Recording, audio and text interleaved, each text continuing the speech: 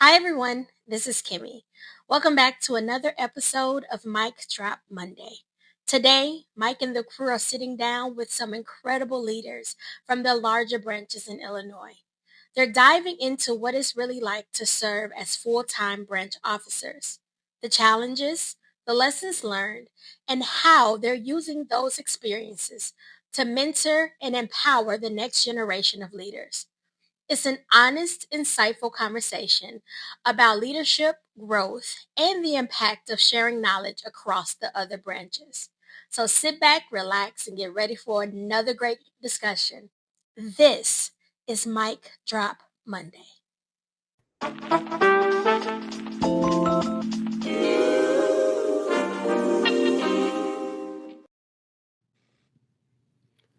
All right. Today is October the 27th. We are recording this edition of Mic Drop Mondays on Monday, the 27th of October. As I stated, we have a few guests here on the show, in addition to Sarah and Renee. And so I will have them introduce themselves, if you can, please, starting with you, Melissa.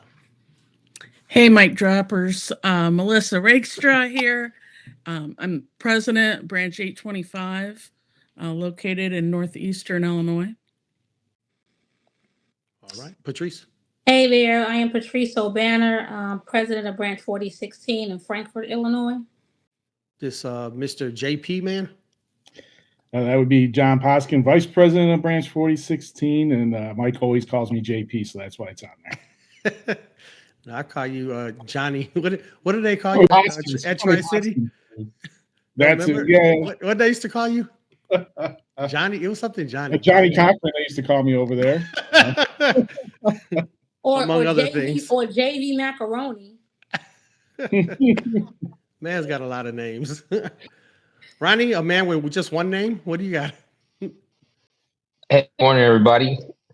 I'm Ronnie Morgan, Vice President for Branch 11. They call me Captain Morgan, or just Ronnie. Yeah. Can you do the little salute thing? All the time.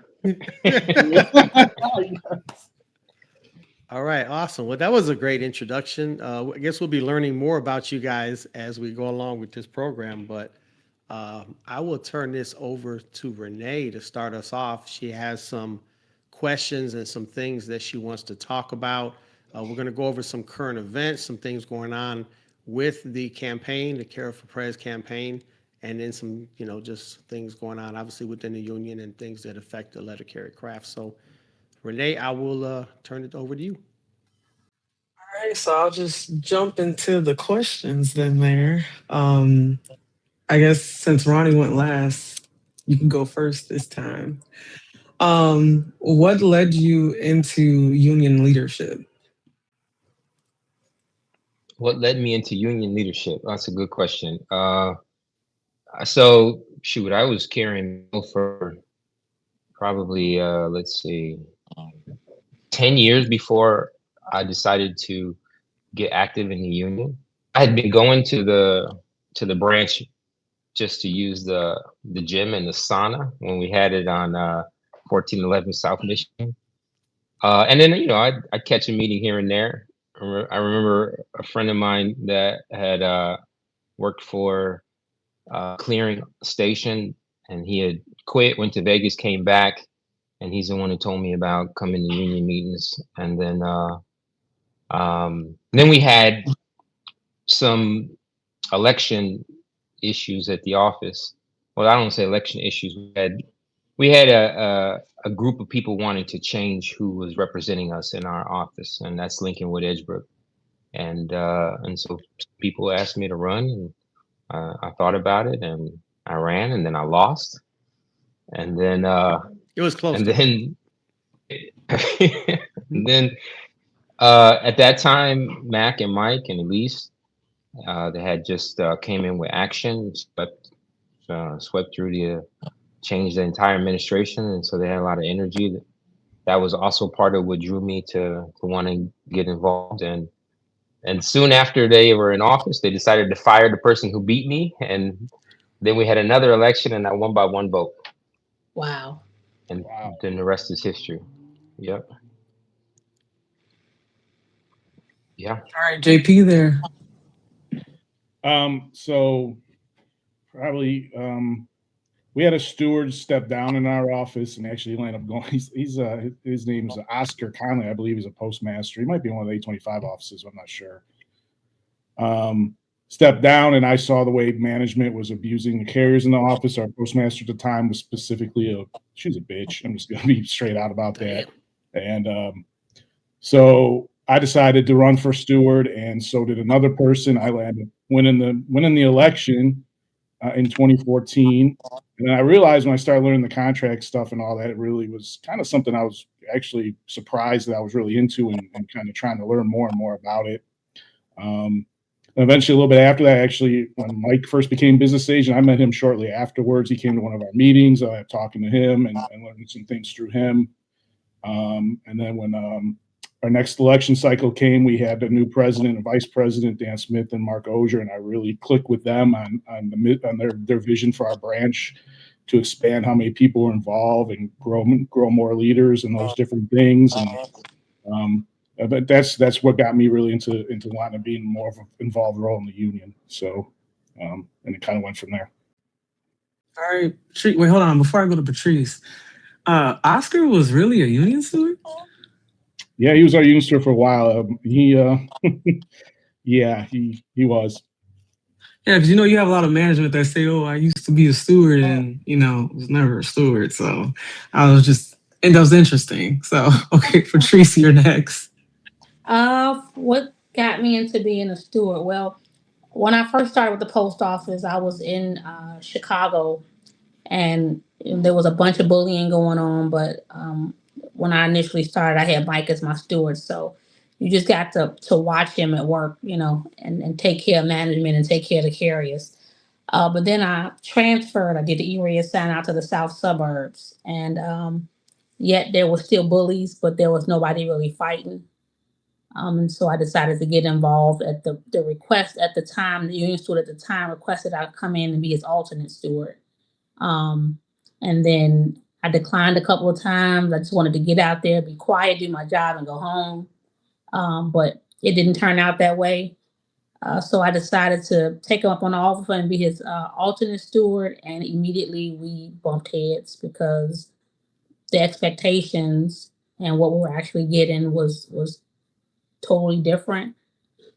So then I decided to go ahead and run for the steward and won, and that would have been in 2014, I believe. And then the rest is history. All right, Melissa. Oh boy. So in 2011, I went to a town hall with my congressman at the time was kind of a lunatic, and I went there because they were talking about how the postal service was going bankrupt, and should we cut service? Should we get rid of 6-day delivery? And I knew his politics were that he was against government and government workers. So I wanted to hear what he had to say about the postal service issue. And it was also around the time of the Occupy movement. And so I went to the town hall on a Sunday, and mainly the only reason I ended up going was because it was the Bears bye week. It was in the fall. And anyway, so all the scheduling in the Chicago area revolves around right? the Bears during the season. Exactly. Had it not been a Bears bye week, this probably would have never happened. And there was actually another carrier there who was a retired carrier, and he had come there too to ask the congressman about his stance on the Postal Service. And that's when Daryl Issa was running the House committee. Yeah, right. Thank you. And we started talking about the issues with the post office, and he got in my face and started screaming at me.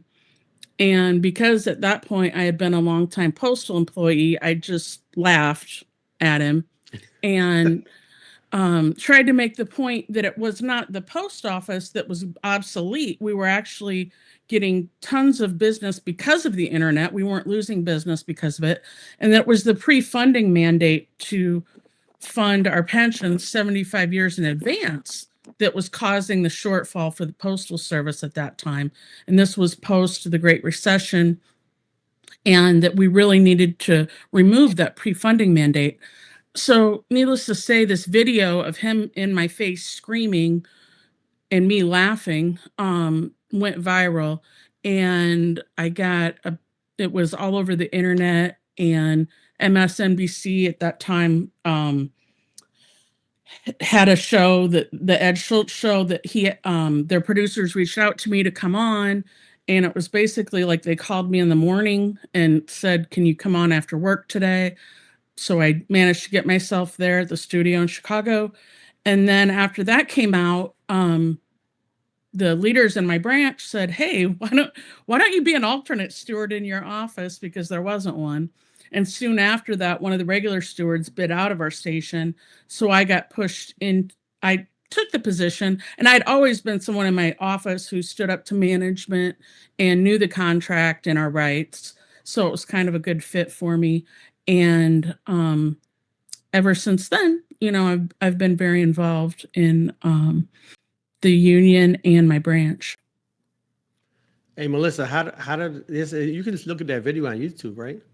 Yeah, it is. If you How do you find it? if you go onto YouTube and you put my name in, you can put Joe Walsh, because he was the congressman at the time, and sometimes Cup of Joe, because he called his town halls, "Come and have a cup of Joe with Joe," because it was like a Sunday morning thing, breakfast deal. And we were in this bar, and he's screaming at me, and I'm trying to respond back to him. And then when he's done, he slams his hand on the bar and says, "Get me a coffee." And I'm like, "Let's make that a decaf."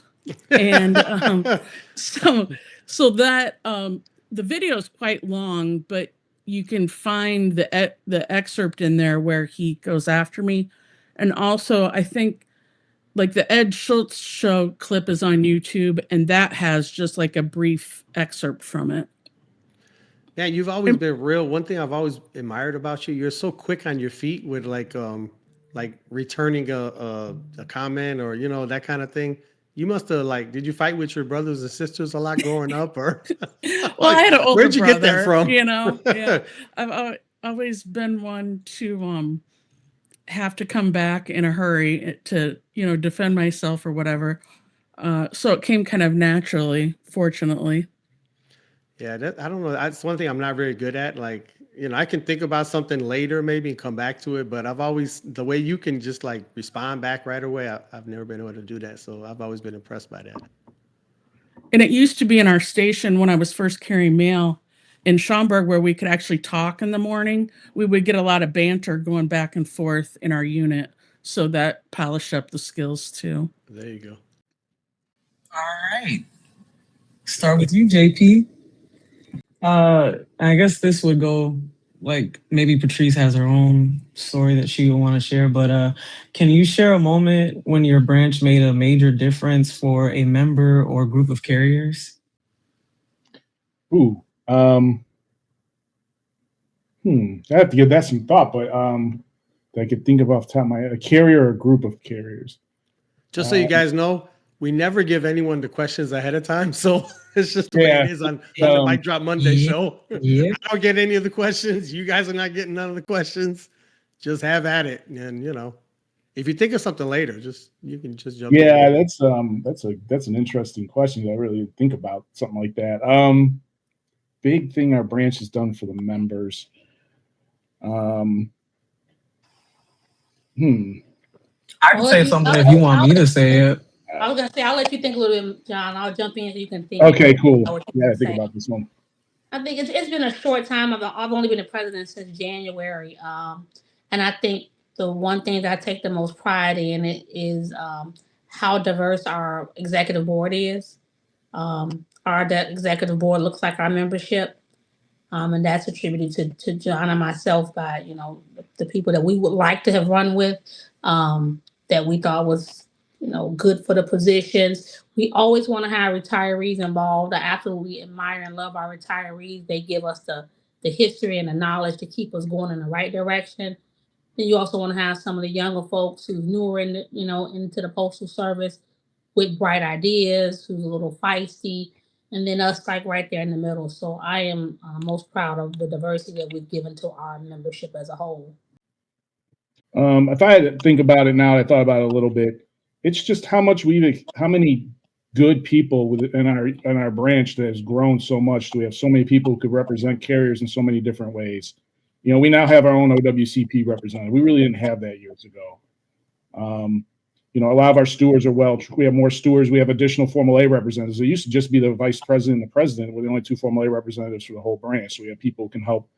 And it's helping us put together better files. We've been able to get a JSOV to get a postmaster out of an office for 6 months. That was stuff our branch was not doing before.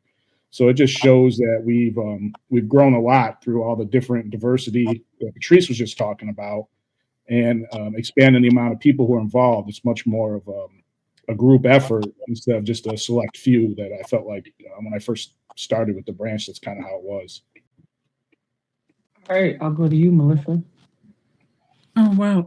So Patrice bringing up her e-board made me think of the fact that when I first came on the executive board at my branch as one of the members of the board, I made the remark that our board didn't look like our membership, and we needed, as leaders in our branch, we needed to change that and make a conscious effort to do so. I think at the time I was only one of two people that were under 50. There were only two women. I was one of two women out of like 15 guys. And the ethnic makeup wasn't anywhere near like our branch either. And I think I helped push the people who were leaders at the time to think about those things and how we could integrate more people, have more diversity on our executive board. I'm really proud of the fact that I've started a stewards meeting before our branch meetings in our branch. When I first became a full-time officer 3 years ago, it was actually just before that. I tried to sell it to our president at the time, and she was all for it. So I'm really proud of starting that tradition on our branch, that we do an educational stewards meeting before the branch meeting every month. And I've made an effort to try to mentor as many people as possible, especially a lot of the folks that were hired in as CCAs in our branch. So I'm really proud of the fact that even before I was a branch officer, I mentored a lot of my fellow stewards and encouraged them to get more involved. And some of those folks became Formal A reps, and some of those folks became full-time branch officers. So I'm really proud of that. Some of those folks, we don't know what they look like, but they're here on the show with us. Right. Well, exactly. You know, nah. But no, I did want to say this. I am going to call on you next, Ronnie. But I wanted to say this. During COVID, it was our office was pretty bad. Like, I know there were a lot of offices that were bad, but our office was pretty bad. Like we were in rough shape. And I remember at the time, Melissa, I think you were just carrying, and I remember I had met you in Formal A training or whatever there. And I was like, oh shit, it's people in my branch that, that actually want to fight just as much as I did. And I remember me having a phone conversation with you, and you were saying, well, like, you have to start speaking up. You were like, when I started speaking up and everything, that's when a lot of stuff like, started to change, so to speak, in our office, where like other members and the in our office wanted to speak up as well too. And then Mike, you came out one day, and you kind of you gave us the speech in front of management that when we get tired to just walk out and they can't talk to us, they're talking to the back of our head. So so yeah, that appreciate both of you guys for that. So Ronnie, you're next. Okay. So many things. Let's see. We are an aggressive grievance branch. It's been that way since I've been involved. I know that came in with the leadership from Mac and from Mike and from Elise, and we've shown the door to so many supervisors and managers for violating the joint statement. Should I name names? I mean, I can think of Stephanie Hartman, Michelle Giles, Goodall.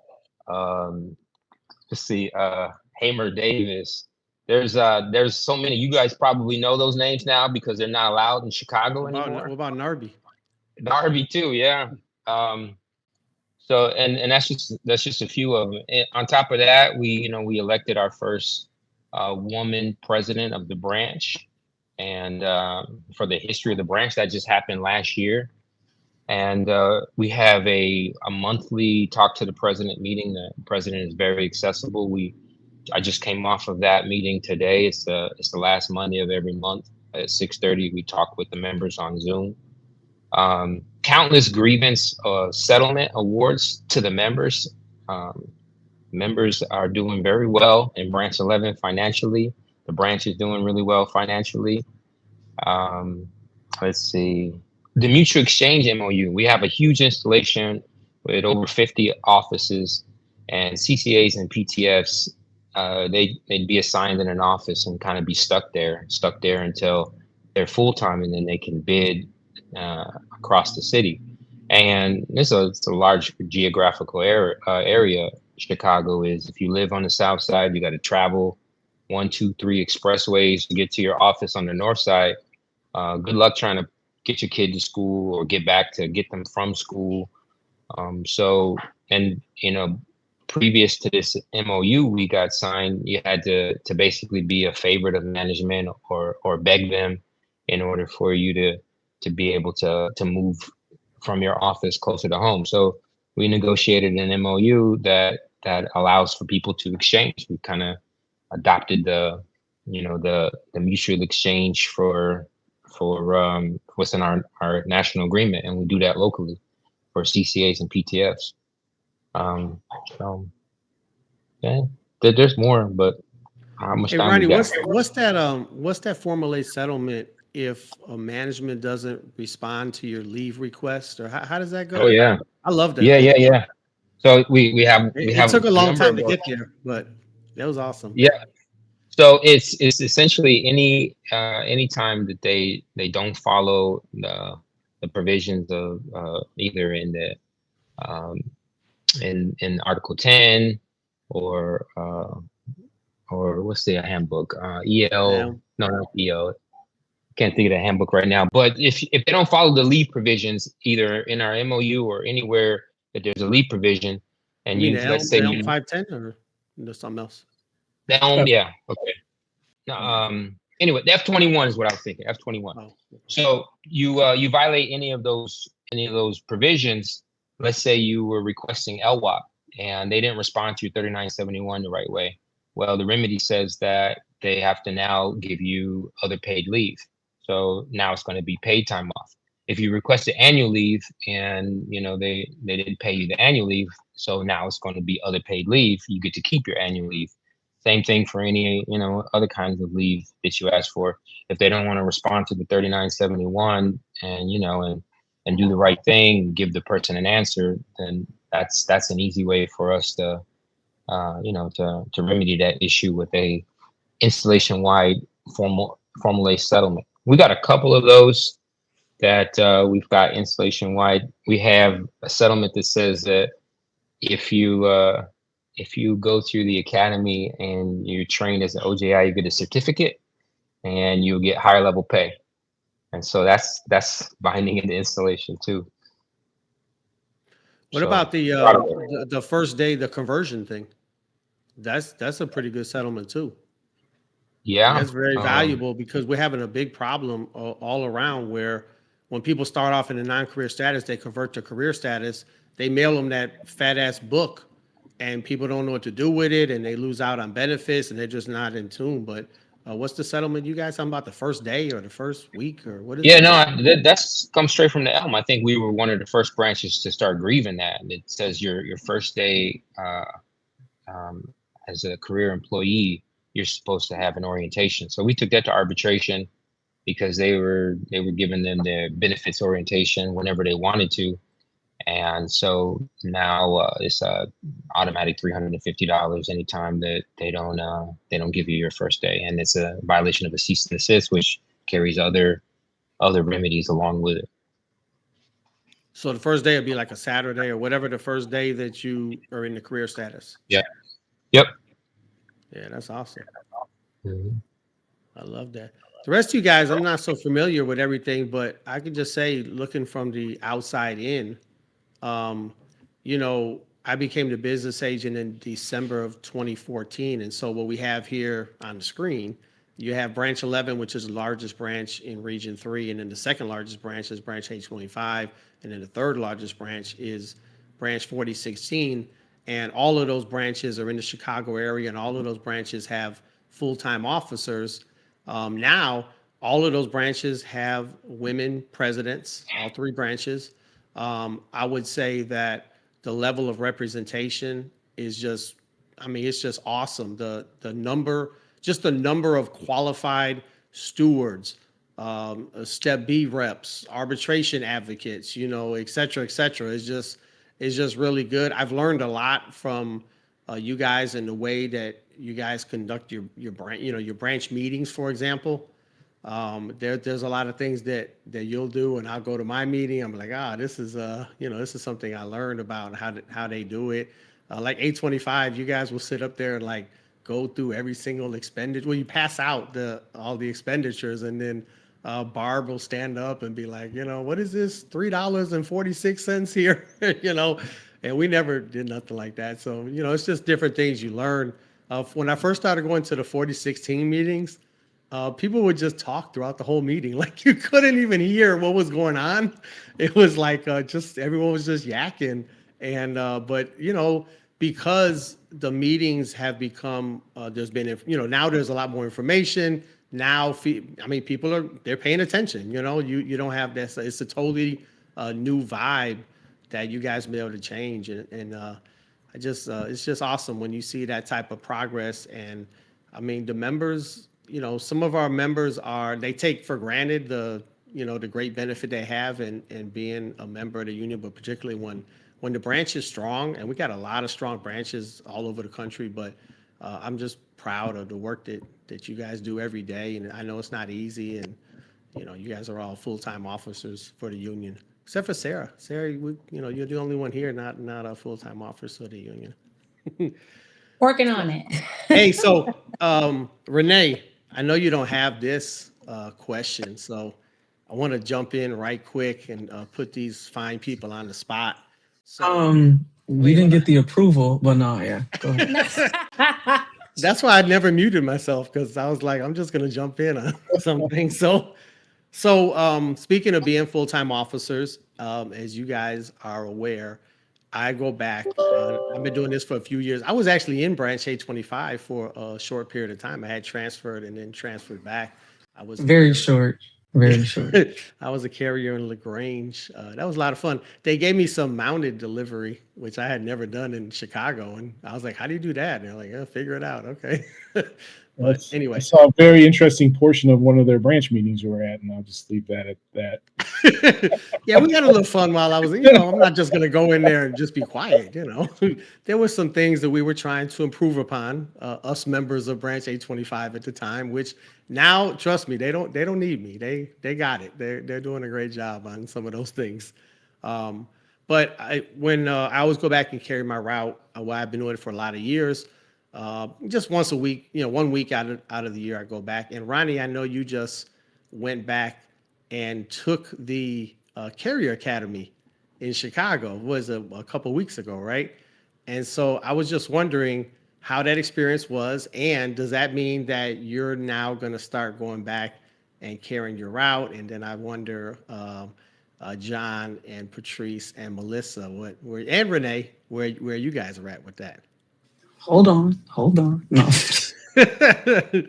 And I thought it could be an opportunity. We have these case magnets now that we just came out with the campaign.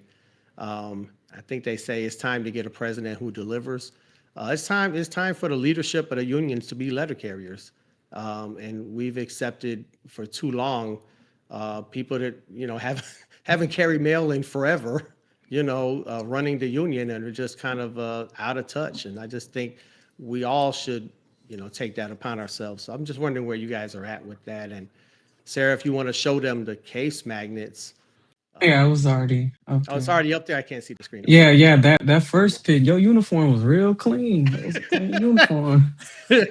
Well, the camera crew came out early that day, but also we push a cart in Chicago, which the reason why we push a cart is for efficiency. It's not because we're lazy or anything like that, but you have a lot of deliveries in a short area, and you would be constantly, you would have way too many relays if you didn't have a push cart. So they provide us with a push cart. That's equipment they provide for us, but it does allow you to keep the uniform a little cleaner. Yes, it does. But anyway, Ronnie, you up, man? What's your thoughts on that? Is there something in the works there? Yeah, no, I did go back to the academy and I passed. And is it a pass fail? yeah, that's what they represented to me, was pass fail. I'm lefty, right? So there was only two of us lefties in the class, and I had these habits that I had from casing, and they didn't want me to do it the way I had kind of like, I made accommodations for myself when I used to case, and then so that was part of the reason why I could have failed. And I ran a stop sign when we were on the kind of the mounted delivery course. Sarah, how do you feel about that? Sarah's academy instructor, Yeah. I mean, I also am left-handed, but I do it right-handed. So don't all the carriers get trained to case right-handed? some people have a really hard time adjusting. So like we let them figure it out and we correct if they're trying to put the labels the other way. I'm left-handed too, and I remember my first day at the academy many moons ago, and I was the first one done casing, in a little trial mock, casing, and came over and it was like they forgot to give the spiel about lefties, and all of my mail was backwards. So, but I adjusted well, and I do everything with my right hand now. So, at least for the postal service. The postal service. Javier jumped in the back and wanted you guys to know that he's left-handed too. So, all right, party pants around there. But no, I had a modification. I would case my flats with the binders down, and they wanted me to case the flats with the binders up, and I can't do that without tearing up the flats.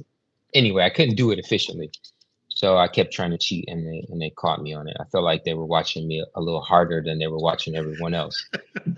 But I went back for a couple of reasons. Yeah, I do miss carrying mail, and so ultimately that's the goal. I'm gonna get back out there on the route. When's the last time you carried your route? 2012. Wow. Yeah. Damn. 2012.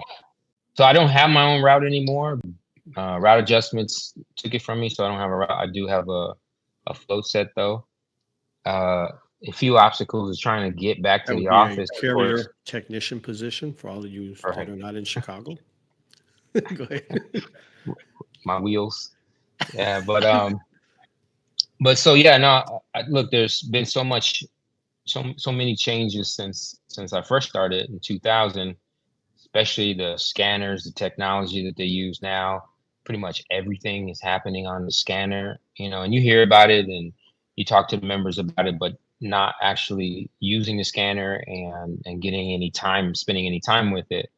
I was missing that, so I definitely wanted to get that experience, and it was great. The trainers were awesome.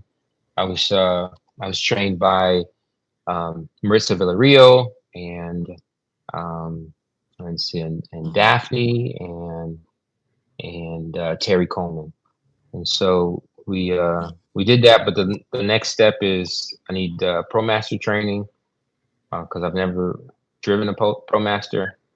How much training is that? Is that like a familiarization, right? Yeah, maybe. I don't know. They said that, the group that I went through with, they were training them on LLVs still, and they were told that they can't drive anything except for LLVs when they get into their offices until you have the ProMaster training. So so that's what I learned that. But yeah, no, the goal is to get back out because I missed it. It's Yeah, I just wanted to throw this out there. I know this has nothing at all to do with anything, but I graduated high school in 2011, except the last time you came. Whoa. Wow, that's funny. Yeah, I think that's a really, really good idea. And Chicago being a really big installation, one postmaster for the most part, it's probably already written. It's easy for you guys to get in there, but for the other branches like myself or maybe Melissa, where every office is their own installation, and then you have that area manager who's allegedly over everybody, but not really. Um, what kind of obstacles are we going to run into trying to get back to our routes, being that we're on leave without pay status? Or did you guys have any obstacle to start delivering your route, Mike? So I never had an obstacle where it was funny. I ran into more interference within the union than the post office, and the reason within the union, it's if you're in a LWOP status and you come out of a LWOP status, like the union, the way you get paid by the union when you're LWOP status is the union pays the postal service for your benefits, and then the union deducts that money from your paycheck. Right. So you end up paying for your benefits, but you don't pay for your benefits directly like you normally would. And so when you come in and out of an LWOP status, it can kind of mess up the accounting. But to me, it was worth it. And it can work. There's ways of doing it. But the postal service never told me that I couldn't go deliver my route. When I put in for a transfer, they told me I couldn't transfer, and I was like, why not? What about my work attendance and safety record? And they're like, you're never there, and I'm like, but that's not a reason to deny a transfer. Right. But I think because I do it, and I've hadn't had any problems. I think I could, if there was some manager like your Poom is, she's like one of these that puts up an obstacle for everything. So that's what I was. Yeah, if she put up an obstacle, I think we could get around it. I think I can work that out or whatever. John, you had the same. She's your Poom too, right? Yeah, my obstacle might be the fact that a person converted to regular while holding down my route and chose to stay on my route. She may not be too happy if I come back for a week and then she gets pushed to the route she's actually supposed to be on because her hold down would end. She probably won't be too happy with me because she likes my route. The person, yeah, and that's like just so everyone knows, like my route is nobody wants my route at 22nd Street, so I never bump nobody off the hold down. But that's one thing I know that they brought up. They're gonna try to get it submitted into upcoming contract. Is that if a full-time officer goes back and delivers their route like for a week or a short period of time, they don't break the hold down. The hold down can recontinue after you. But that's not in there right now. Some of the senior carriers would like you because then when I go back out or whatever, somebody else can put in a hold down bid. So it's kind of a catch on that, I guess. Yeah. But I would love to go back and carry my route. When's the last time you carried your route, Patrice? Like 5 years? It would have been March 12th, 2020. Yeah. Yeah. So I want a disclaimer first that I actually carried mail for 27 years before I became a full-time officer. You need a break? So yeah, so nobody can say that I took this job to get out of carrying mail. Right. And if that was my motivation, I wasn't very successful at it. So that's number one, 27 years carrying mail before I became a full-time officer. And I was out here in these streets where we had no carts for the mail. It was all on your shoulder, 30 yards between houses, steps at every door, unplowed sidewalks and that kind of thing. So you definitely had the hardest delivery of any letter carrier in America, I'm sure. All my routes were all uphill. And, both ways. Right. So I had my 27 years in before I became a full-time officer. I have gone back and carried occasionally.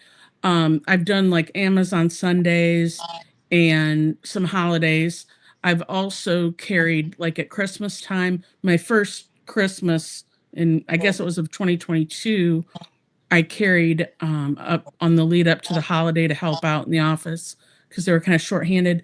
And then I actually bid on to a T6 swing, and because I want to be a T6 for my high 3, and I haven't carried the swing because someone is on a hold down on it, and I don't want to break their hold down because I'm afraid someone else might outbid them for it after I vacate. But I really think it is important for folks to keep carrying mail and not be detached from the craft. Yep. The way I look at it, so I am in a branch where my branch president was the branch president for 40 years and never carried mail in that entire span. And it's no judgment on that person, but I think it tends to create a detachment from the workroom floor. And especially when people are in union official positions, at some point you can see sometimes that people in that position start to identify more with the people they're sitting across the table from than opposed to the people they represent. Because they're spending all their time with them. That's, to me, exactly. That's a problem. And I know that that's something I'm very conscious of. I am a letter carrier, and I'm always going to be a letter carrier, regardless if I'm a full-time officer or not. And that's who I represent. And I also try to get in. So I represent, our branch is like over 70 stations. And I try to get out to as many as possible, as often as possible, to talk with the carriers and find out what's going on, and not just grievances, but just the atmosphere in general and what they're struggling with and that kind of thing. Because I don't want to spend all my time meeting with postmasters and listening to that BS. So it's really important, I think, for whomever leads our union, that they aren't just a professional union officer, because you lose touch with the membership and what this job is really about. Yeah, every time I go back and carry my route, and you know this, but it's always like, damn, this is a very physical job. Like, you're tired at the end of the day. And like, this, but you don't know this until you're actually doing it, and you kind of remember, and you kind of really know it.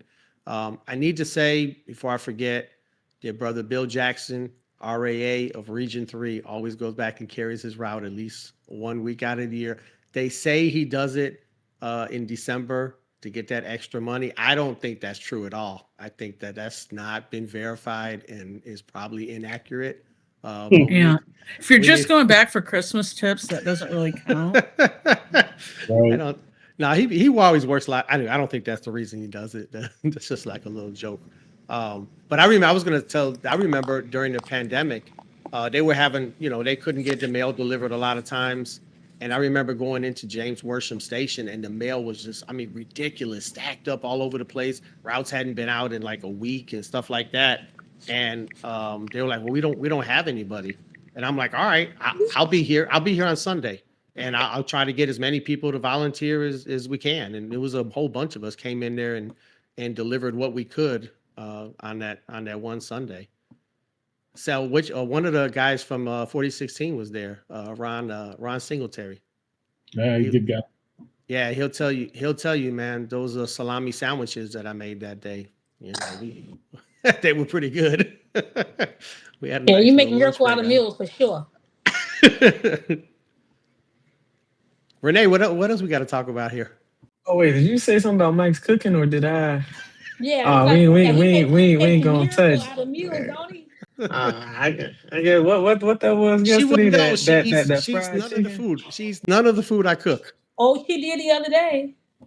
I ate them dry ass. I ate them pork chops. What you talking about? I'm just. Renee, you had to put the sauce on them. You have to put the sauce. Hey, Ronnie, what did you say about the sauce? You said it was an inquiring taste. Is that what you said? You got to be careful. You can't just go right in. You need to, taste a little bit, dab it on the tongue.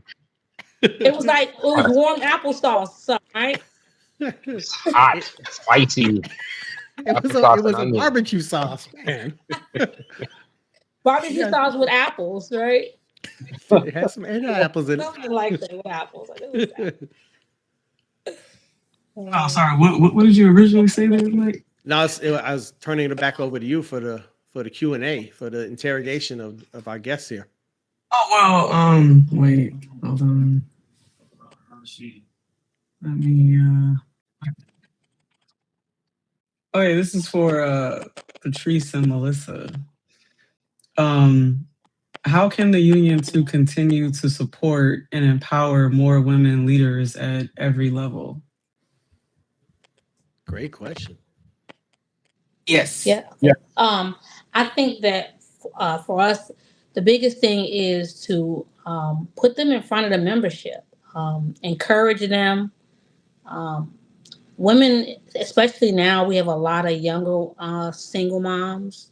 Especially in my branch, we see it all the time, whether it's babysitting issues, childcare issues, getting to work, but still encourage them, put them in front of the members, give them even small tasks, welcome the children, and then just watch them grow. I think that's how we get them in front of our membership and in leadership roles is just by encouragement.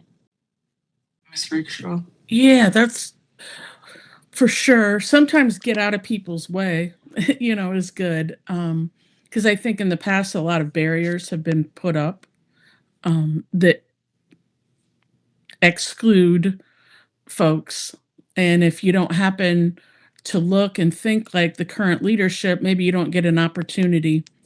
And I know, just speaking from personal experiences, I never sat back and waited for somebody to hand me anything or do anything for me. I just got involved and did everything I could for the union without any expectation of it giving me anything back, right? I did it because I wanted to, because I was dedicated to the membership.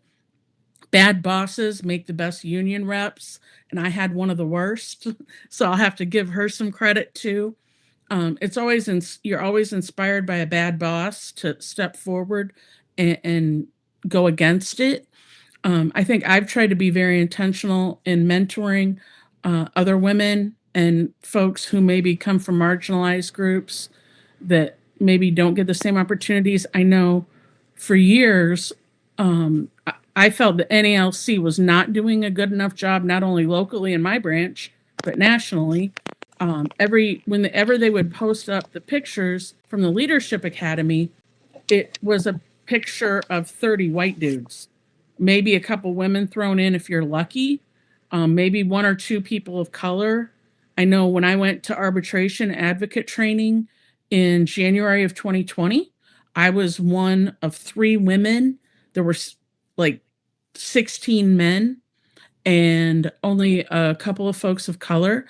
And when we don't make a conscious effort to recruit people into these spaces, we have a problem, especially like when the Leadership Academy is only, for the most part, older dudes and white dudes, then that is who gets the opportunity. And most of your RAAs are chosen from people who go to the Leadership Academy. We don't have a very diverse group of business agents or RAAs in the NELC. And that's something that we have to be conscious about changing.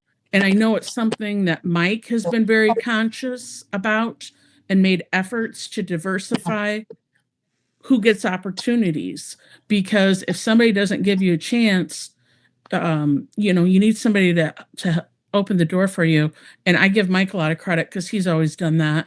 And I wouldn't have gotten to go to arbitration advocate training if it hadn't been for Mike, because the folks in my branch that were in leadership really didn't want me to go because they kind of had a stranglehold on the Formal A positions in our branch, and they didn't want people getting trained because they were fearful of someone being able to replace them. And I don't have that mentality. And the fact that I saw that gatekeeping is one reason that I've tried to do the exact opposite. I think that, I know the question wasn't to me, but I think we have to be conscious of the society we live in. And so that means that you don't operate in a way that's like colorblind, or you're not conscious of, whether someone, you're consciously, I think you got, like Melissa, I think you said it, and Patrice, you said it earlier too, consciously promoting people so that the end result is that the leadership will reflect the membership of the union. And you have to kind of do that consciously. And one thing that I've noticed with the male female thing is men generally, and these are just general statements, but sometimes it applies, sometimes it doesn't. But men generally overestimate their abilities, and women tend to underestimate their abilities. I've had so many circumstances where I'll give someone like a task, and with a woman, a lot of times they'll question whether they can do it or not. Like, I don't think I can do that, and I'm like, what? Of course you can. Like, this is something that's right in your wheelhouse. Like, this is very much within your capabilities, and more often, percentage wise, more often you'll have women will question whether they can do it, and you don't have that same experience with men. But the opposite is true. Sometimes they think they can do shit that they really can't. They're not good at it. But you just have to be, I think, real conscious of that. And on the issue of women in leadership, the like now at this point, there's zero national business agents that are women. Every national business agent, man. I think on the executive council, there's 28 of us. I think there's 3 or 4 women. I think there's three. I think there's 3 women out of 28 now. And that's crazy. And it's not like, this is not like something that we didn't know about. I remember I think it was in 2015, whenever the rap session was in Houston, Texas. It had to be an odd year, but probably 2015 or around there, either 2015, I think it was 2015. Anyway, I remember going and taking a picture of the stage, or maybe somebody sent me a picture of the stage, and just, kind of going and doing that little count thing. And you're like, holy shit, we got a problem here. Houston, we have a problem, Yeah. and we really haven't taken enough steps to remedy the situation. And of course, the whole concept of having a diverse leadership group is that you then get those different perspectives, and there's value in that. It makes us stronger as a union. It makes us more powerful, and you have to take those conscious steps. So I appreciate the work that you guys are doing within the branches, and we try to do that within the region, and what I mean, within our whole union, Yeah. is to take those steps. But just to speak to your point, like, I'm sorry, guys, I was having a little technical problems. But even still, I was vice president for 4 years, and I'm the president almost a year now. But even in some situations, I still have that imposter syndrome where you're like, "What the hell am I doing? Like, is this going to turn out right?" It ultimately works out because of the team, because of the diversity, because of the different thoughts that everyone has. And maybe I maybe thought I should have done it one way, and we talk about it and we see it another way, and we'll try that way, but not just. I think we're more of, we, when I say us, I mean us women. We're more of like structured family because we've always built family, that kind of thing, and we take it into the workplace as well, and try to use that method when we're bringing up our executive board and our membership and everyone behind us. And that's a great structure. That's a great structure for a union to have. Yeah. Yeah, one thing that you were mentioning about people thinking they're better at something than they actually are. There's kind of a term for that called Dunning-Kruger, where someone might be good at one Is that from The thing. Office? No, but generally it's men who suffer from this, and if they happen to be good at one thing, then they think they're kind of an expert at everything. So, we see this somewhat in society as well with certain business leaders or folks of that nature, entertainers or whatnot. But yeah, I think one thing Patrice just touched on too, this is important, is understanding that as part of a union, that it's a collaborative effort. and that we need input from everyone. We can't afford to be overlooking people with good abilities and good ideas just because of the way they look on the outside. And when we gatekeep and we intentionally try to exclude people, that's what happens. And also, the cream rises to the top, I think, as well. And if you work hard and you're doing things for the right reason, that's its own reward, regardless if you end up in an official leadership position or not. But everyone in our union should look at themselves as a leader, whether it's an elected leader or not. Even if you're not a shop steward, we have leaders on the workroom floor, and that's really important, where we need it more than anything, because you can file grievances and this and that, but carriers have to learn how to uh, run their workroom floor by their actions, not just by grievance alone. And I was fortunate to come up in an office with a lot of folks who showed me that there's more of us than there are of them, and we run the workroom floor. Absolutely. I wanted to end it, I guess, with this question, and I'll start. John, I guess you could answer first. If you could give one piece of advice to the next generation of letter carriers, what would it be? One piece of advice to the next generation of letter carriers, what would it be?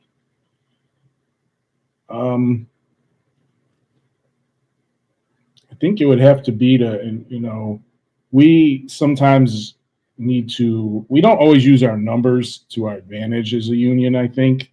And I think that's something we can do better and be more effective with, is trying to, we're all brothers and sisters here when we're in the union, and we should be collectively fighting together on issues that are important to us and letter carriers, especially with our contract, like better wages, like Mike's talking about the rally thing in DC.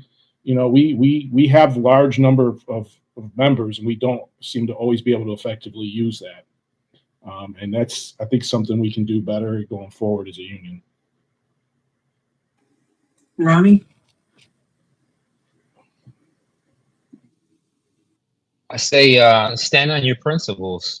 The Postal Service is strong because we are a service to the American people, and although it seems like the company is trying to degrade and destroy the service, it really starts and it ends with us. We show up every day. We have respect for the uniform, and we come to union meetings, learn what our contract is, learn what the rules are, learn what they can and can't do, and just stand on business and stay together, like John said. But as far as the Postal Service, if you leave it up to them, we're out here floundering, looking silly. We got to take back the service and make this company what it's supposed to be. Patrice? So younger letter carrier, I would just say the first thing we need to do is look in the mirror at ourselves, and treat everyone the way that you would like to be treated, regardless of the sex or race or whatever. And if we start there, how would this make me feel if I was treated the way that I'm about to treat someone, or the way that I treated someone? If you can look at yourself first, I think you'll get a lot further. And that's what I would tell. They'll be successful in the career as a letter carrier and the career as a union leader, if they do that. Melissa? Oh, wow. Lots of great advice from everybody here. So, remember, this is the People's Postal Service, established for the people before the Republic was even established. And we can't ever forget that we're here to serve the public and our communities. And hopefully we want to represent the best of our communities, and go out there every day and treat your route like you're delivering your own mail, or how you'd like someone to deliver your mail. Learn how to do the job the right way, because it always takes longer. And never forget that we get paid by the hour. I have to remind people that all the time when they tell me, well, management wants me to do this. I'm like, yeah, well, it will take longer. And remember, we get paid by the hour. So that would be some of the best advice I could give a lot of carriers would be remember that you get paid by the hour. Yes. By the unit. Yeah. By the click.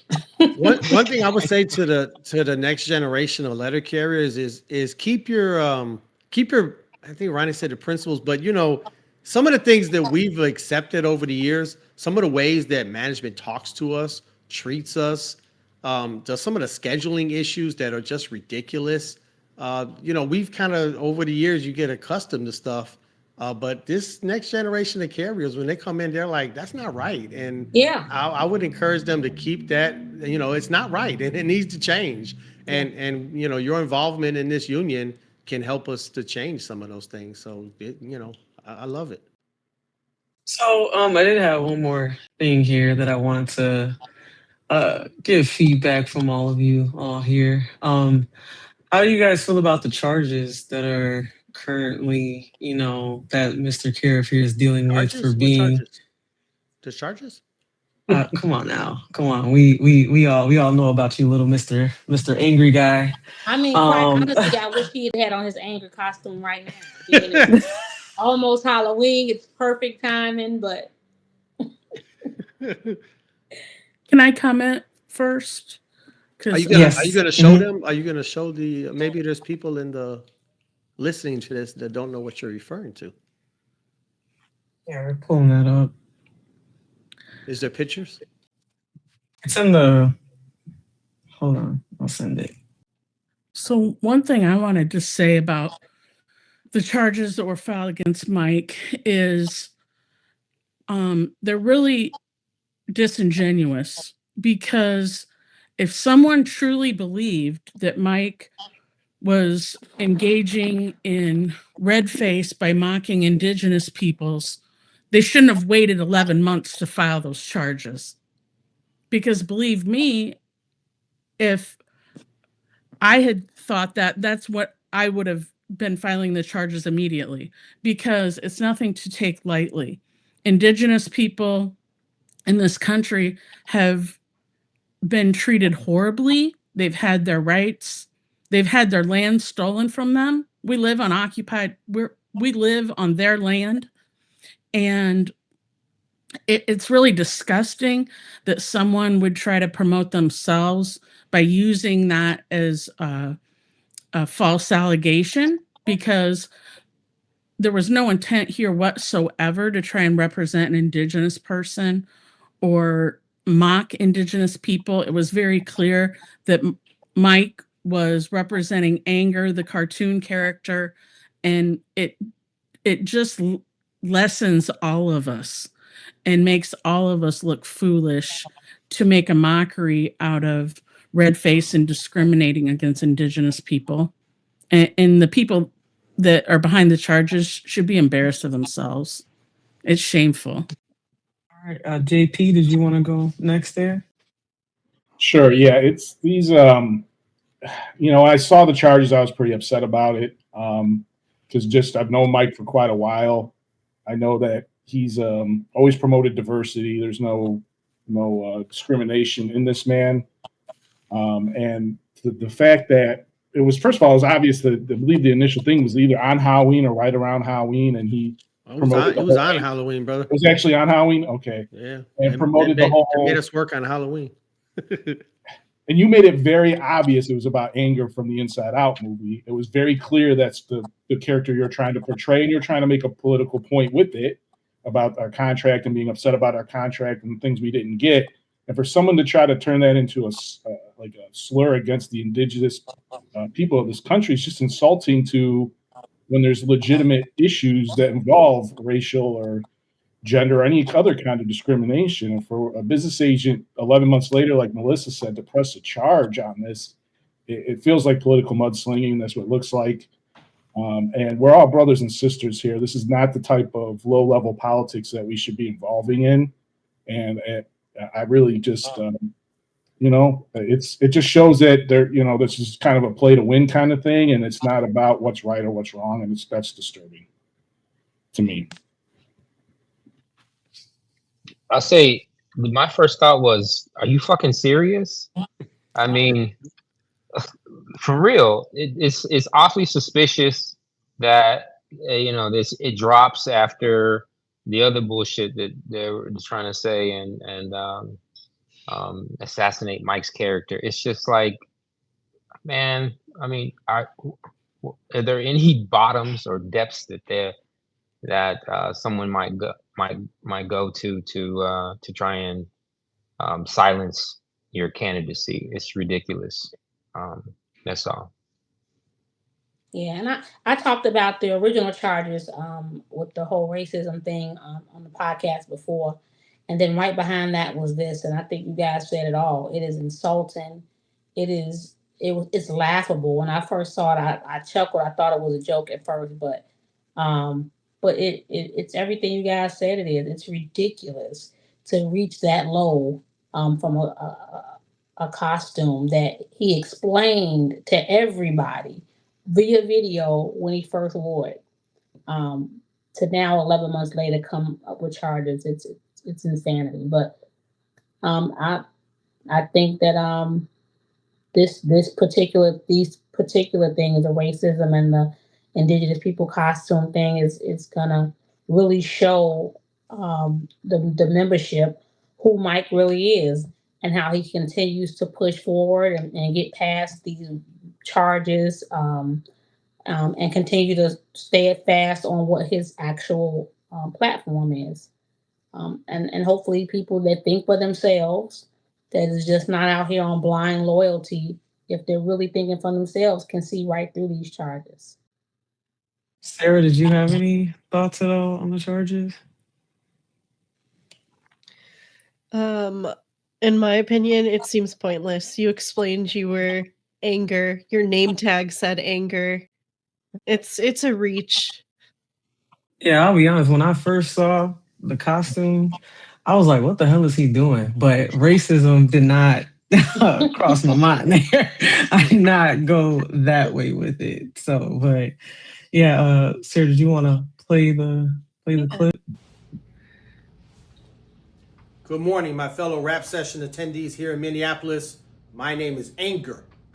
I'm angry today because despite working through the pandemic without missing a single day of service and without receiving any hazard pay whatsoever, this tentative agreement pays us even less when adjusted for inflation than what we were making in 2019. I'm angry because we risked our lives as essential workers in 2020 and 2021. That Mike on the video, you and then really we started regularly right? getting stuck up at gunpoint out there on the streets in 2022 I remember we 2023. it. And then in 2024, we get the same old. Yeah, man, we had a teleprompter. Yeah, it was.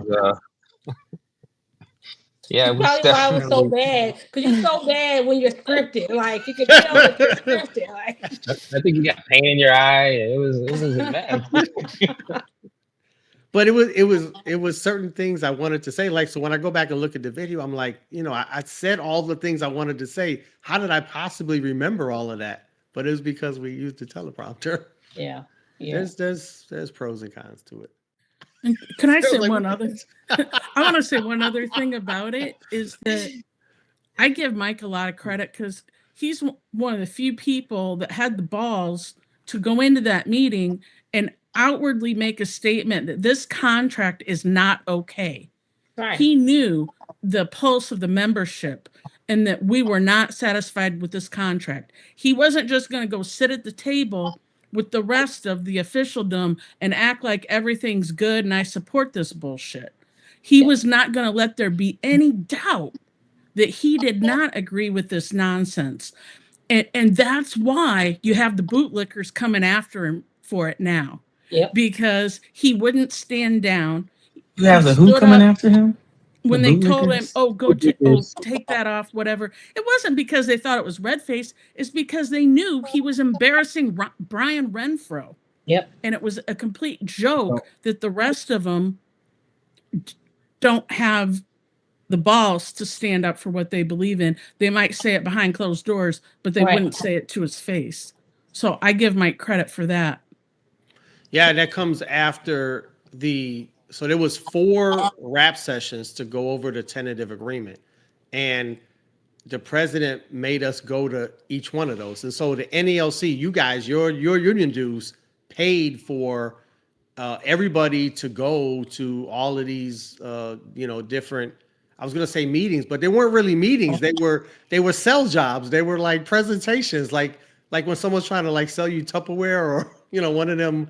That's what it was kind of like, and it wasn't an objective overview of the tentative agreement at all. And so we were spending dues money to have me and everybody else fly around all these places, stay up in these hotels, and attend these meetings, quote meetings, and sit up there on the dais and just go along with the program, which to me was very offensive to the members of the union. And then Halloween, Halloween's a big deal with me and the family and the kids and that kind of thing. And of course, I mean, I've missed many of whatever events and holidays, but I've missed it for a productive purpose, not for a damn PR job, Right. So I was offended by that, and I like you said, Melissa, I wanted to make that statement. And in the first rap session was in Houston, Texas, and when I went to speak at the microphone, it was like, you guys are not here to talk. You're to be seen and not heard, like we're some little kids or something. And the president actually told them, turn off his microphone. I think he did it again because in Minneapolis, not only so they told me, and that's one thing about the charges. There's 2 things about the charges that are interesting if you're a constitutional nerd, and whatever. We'll see how it turns out. But 2 things. One is that I'm the business agent in Region 3. Like you guys elected me, the members of Region 3 elected me, but people outside of Region 3 will be able to stand in judgment of me and potentially even remove me from my position as your national business agent. But that is how the Constitution reads, but that's a kind of a weird thing that we might want to look at. And the second thing is, under the duties of the national business agent, it says that you're under the direction of the president and the executive vice president. In this case, it's relevant that the executive vice president, Paul Barner, was the one that kind of had to talk with me.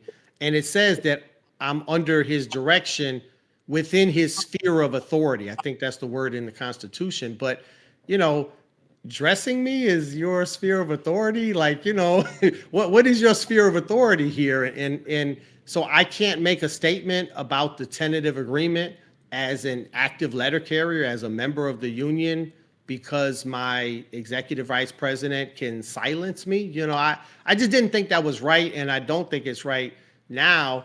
And of course, the person, whoever that person was that wrote the email, and obviously that person maybe was not even cognizant that it was Halloween. Like that person didn't mention costume or Halloween or anything.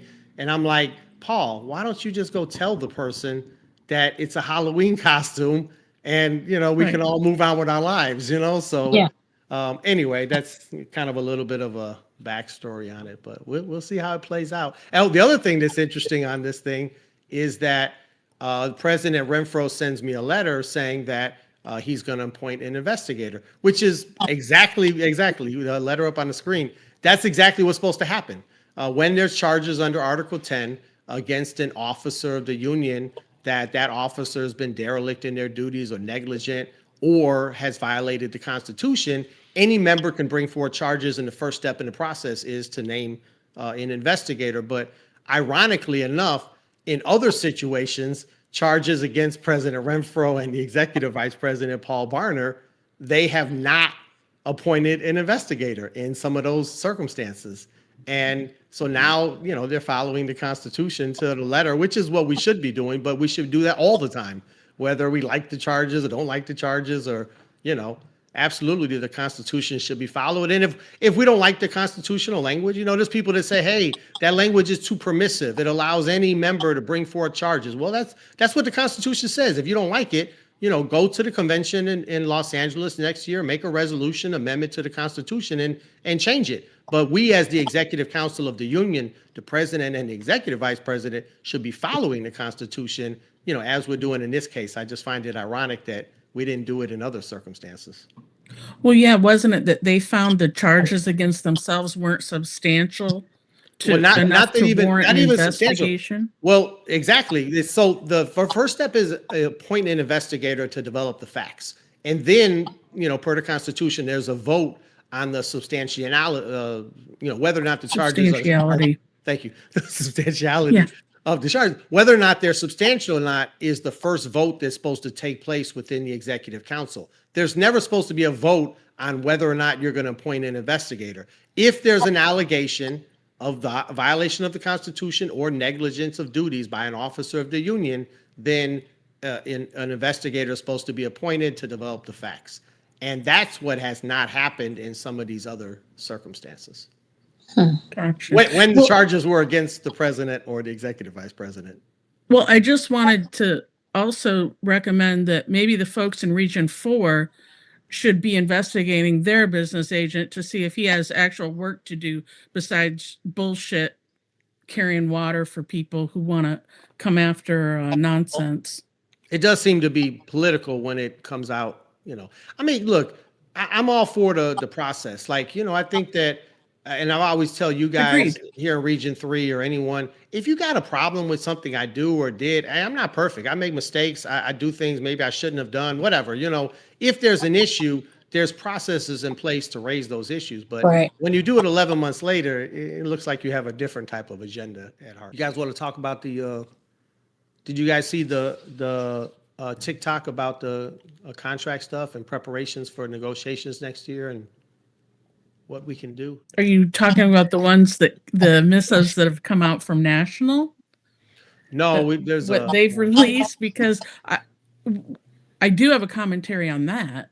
And when this alleged rank and file committee gets appointed to be part of the bargaining team, but the first thing they're told is, well, you can't really ask for anything unless you're willing to give something up. And that really pisses me off, that we would go into any negotiation trying to lower people's expectations and tell people we can't ask for what we deserve unless we're willing to sacrifice other things. I think the city letter carrier has sacrificed enough. Damn right. Damn past time that we start demanding what we deserve, and we shouldn't have to give anything up. We have what's coming to us. Well, it's a slap in the face going back to the strike of 1970 when those carriers laid it all on the line.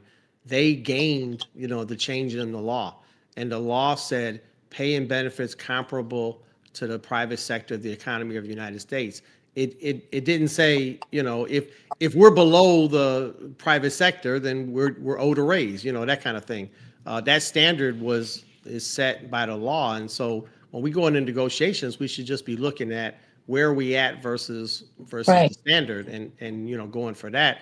And the other thing is, in the collective bargaining process, you're supposed to be looking for like win-win solutions. And so it's not a matter of getting this and giving this up, but changing the work rules and changing the things so that things work better, so that, the grievance process works, so that the hiring process works, so that, the workroom floor is less hostile, and, so the uniform program works. Like, none of this shit works now. And it's not about giving anything up. It's about getting from a place of not working to a place that does work. And so I don't know if you guys wanted to show the video. The video's up on TikTok. This is a clip from speaking somewhere. So, you paused it. How do we get some leverage? We got to get the public on our side.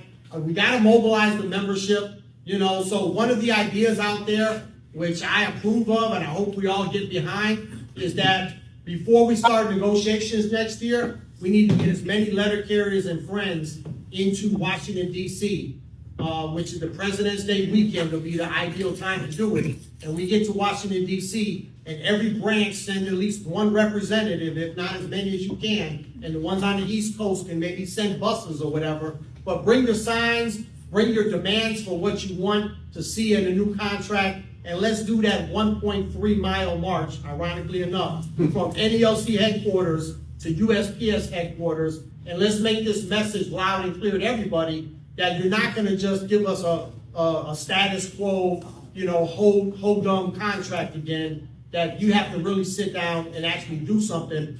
We don't want just like a monthly update. We want like a daily update. What the hell is going on? Have you made any progress today? If not, let us know what's going on tomorrow. Like those 90 days per the law, every single one of those 90 days need to be utilized. We have a ton of problems right now in the Postal Service, and we need to look for solutions. And then the next thing I'd like to see us do to get that involvement of every letter carrier and every community in America is on the opening day of contract negotiations, February 23rd, 24th, somewhere around there, whatever that date is, before we go to work and before we punch in, let's rally in front of every single post office in America and pass out some type of flyer or some type of information to the general public to let them know that, hey, if you want to have the people's post office, you want to have a strong delivery network, we're about to enter into negotiations with the Postal Service, and we need your help. We need you guys to put pressure on our employer, the Postal Service, to negotiate with us in good faith. And we all want to stand together for a good contract, because a good contract is not just good for the letter carriers, but it's good for the communities that we serve. And so, Hell yeah. Let's do it. We've got to show the American people, we've got to show our employer that we're fed up and we deserve better and we're willing to fight for it. And I love the idea of the action in DC, getting as many people there as we can, but then also taking it to our workplaces, take it directly to the bosses, get together outside of our workplaces, talk with people in our community, go in together as a united front when it's time to go clock on. And I think it's an awesome idea. And I think it's long since past time that we start to engage our membership in contract fights and not just have people sit back and wait for the experts to take care of everything. That's not how working people win anything. Working people win by fighting in the streets, by being public, by making noise, and by making trouble. And we have to be willing to make some good trouble if we want to get ahead. If one thing we learned from the last round of contract negotiations is when our union president or our union says, I got this, we got this, just wait. That, no, we're not gonna just sit back and wait for someone to say, I got this. I mean, we're in a worse bargaining position, worse leverage, I would say, anyone would say, objectively in 2026 than we were in 2023. And if we didn't like the results then, and we do the same thing again, like the same process, let the president, just do his thing, and I got this kind of thing. We're just going to sit back and wait until you present us with a contract. That's not, that's going to be even worse for us. So we got to take the matter into our own hands, and we got to alert the public to the problem, because there is a danger of the public losing the Postal Service. I mean, the quality of service. I don't think that people want that Amazon style quality of service. They want service from a professional letter carrier, and that's what we can offer for them. But you got to have a good, solid contract in order to have good, solid service to the American people. One of the things I wanted to show you guys, I don't know if everyone's aware of this, but there's a lot of career jobs out there. Like, I think in Illinois, there's like 40 offices that hire directly to career. And all around the country, there's people in all career models, certain offices, they hire directly to career. And even in that situation, the post office doesn't even advertise the career job at all. That's how bad of a situation it is. If you go to USPS.com/careers, that's the website, and you look under careers under delivery, it says city carrier assistants. There it's like an Easter egg hunt to find the career jobs that are posted. They're in there somewhere. I can show you how to find them. You're not going to find them that way, but there's a way to find them. But it's a mess. The whole mindset of the Postal Service is that they think of bodies. They're filling a body. There's no dignity. There's no respect. There's no professionalism to the letter carrier craft.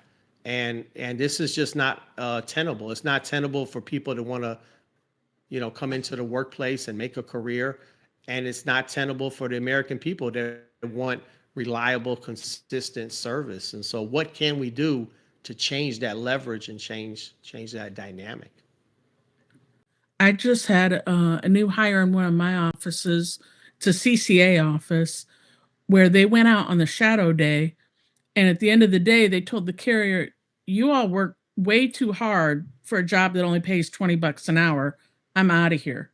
That was it. Shadow day, and it wasn't that they didn't want to work because they were interested in the job and thought it might be a good fit. But when they saw how hard we work and then that they would only be paid $20 an hour, they said absolutely not. And rightfully so. It's understandable why people wouldn't take that. Yeah, for sure. And like we've used rallies successfully in the past, to save our postal service back in the to get the higher pay rate in the 90s and these different things. And it's all about finding ways to put pressure on the postal service through the public, through the media, maybe directly on our own leader and our own union leadership as well, to try to fight harder to negotiate a better contract. If that's sending them emails, writing letters, all the different things we use to engage politicians should similarly work here with the leadership of the USPS and the NALC. And really be aggressive here, because like Mike, I think what Mike's assessment's right is we had a better leverage the last time than we do now, but we got to show the public that if they want their postal service to flourish, things have got to change, because they're running it into the ground, and we can't just allow that to happen. We had all type of problems coming out of the pandemic, and both sides, our union and the postal service, just sat on their hands for like 2 years and then presented us with a status quo contract that did not really resolve the issues that we're facing. And we need to send a message loud and clear this time that that's not going to be okay. And that starts with that, like, it's just a beautiful thing that walk from NELC headquarters to LaFlante Plaza USPS headquarters just happens to be 1.3 miles, but it is, and we should take advantage of that and just, step that off. And really, all the branches can pass, endorse the march, pass resolutions, send people, send signs, send your demands, send your issues that are important to you. What you want to see in these 90 days of negotiating. Here's what we want to see. We're branch, 473. We want to see this in contract negotiations. And we want our union to fight for these things over the next 90 days. And we want to make sure that the Postal Service, the employer, engages in actual collective bargaining during these 90 days, because we're taking notes and we're going to hold you accountable. And if we have to go in front of a neutral arbitrator, the first thing we're going to say is we were there every single day for those 90 days, and the United States Postal Service didn't put forth an effort. And we're going to shame you in front of the media. We're going to make sure Congress knows that the people that are running the Postal Service are not even trying. If that's the effort that they're going to put forth like they did last time. Yeah, I agree.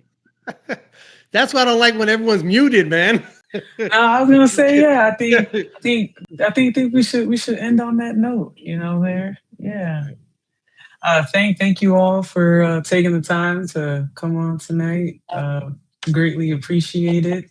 Melissa, I know you said you had your game that you're watching. I'm not sure if you're watching it out the corner of your eye. I was trying to look into your glasses. I just want some credit that not only I'm not able to put full attention on Monday Night Football, but I'm missing a World Series game too. So it's double bonus. Wow. So yeah. Yeah. That's tough. We'll have to make that up to you somehow. Renee, I didn't figure turn that out. it on. Hold on. I would've been distracted.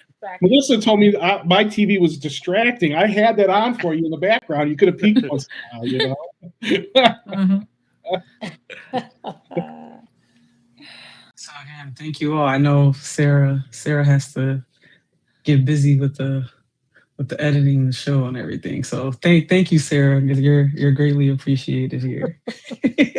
And you know what? Thanks for having us on to share our thoughts and opinions and have these discussions amongst folks, because that's how we get to better conclusions and better solutions, is by putting things out there and talking about them and trying to figure out how to do things better. Yeah, for sure. That's why we call it a union. Yeah, everyone had a little different perspectives, and I learn something every time we do some of these kind of things from people see things differently, and it's always good to get that sometimes. Yep. Thank you, Sarah, everybody. Thank you, Renee. Thank you, Sarah. Thank you, Mike, and Melissa, and John, and Patrice. Thank that you, was guys. everybody. That was everybody. Thanks, everybody. Appreciate you all. Oh.